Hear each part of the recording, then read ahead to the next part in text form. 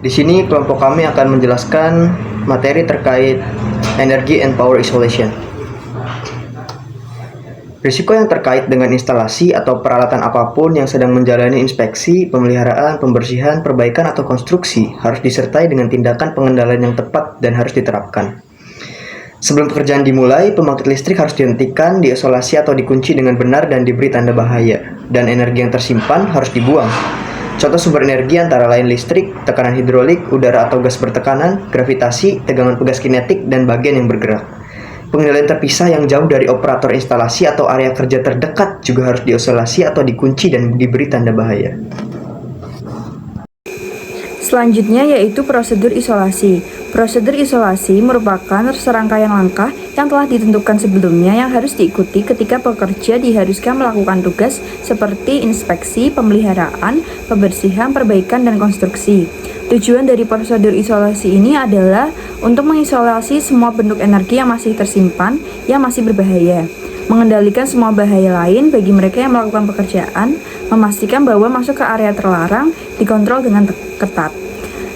Proses isolasi yang efektif adalah contohnya seperti proses lockout, di mana yang saya sebutkan ini merupakan proses lockout yang efektif untuk dilakukan. Contohnya seperti mematikan mesin dan peralatan, mengidentifikasi sumber energi dan bahaya lain, mengidentifikasi semua titik isolasi, mengisolasi semua sumber energi, mengontrol atau menghilangkan energi yang masih tersimpan, mengunci titik semua isolasi, dan pengendalian mesin tanda bahaya.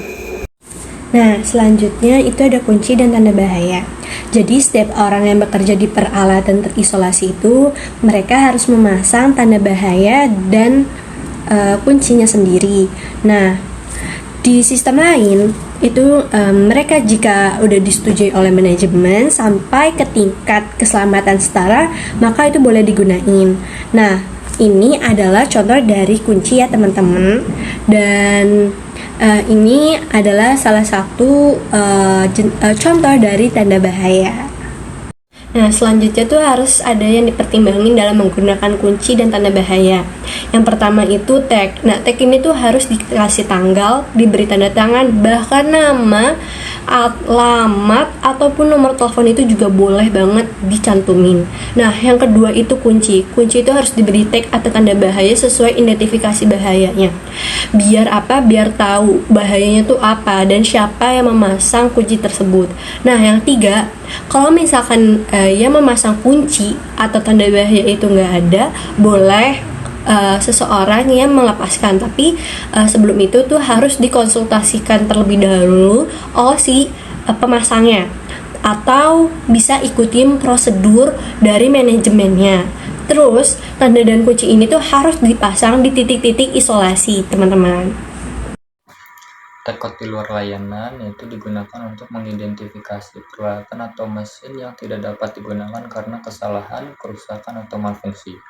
Tag out of service harus dipasang dengan aman pada isolator daya kontrol pengoperasian dengan rincian yang sesuai, dilengkapi dengan tag yang menjelaskan alasan mesin kenapa out of service.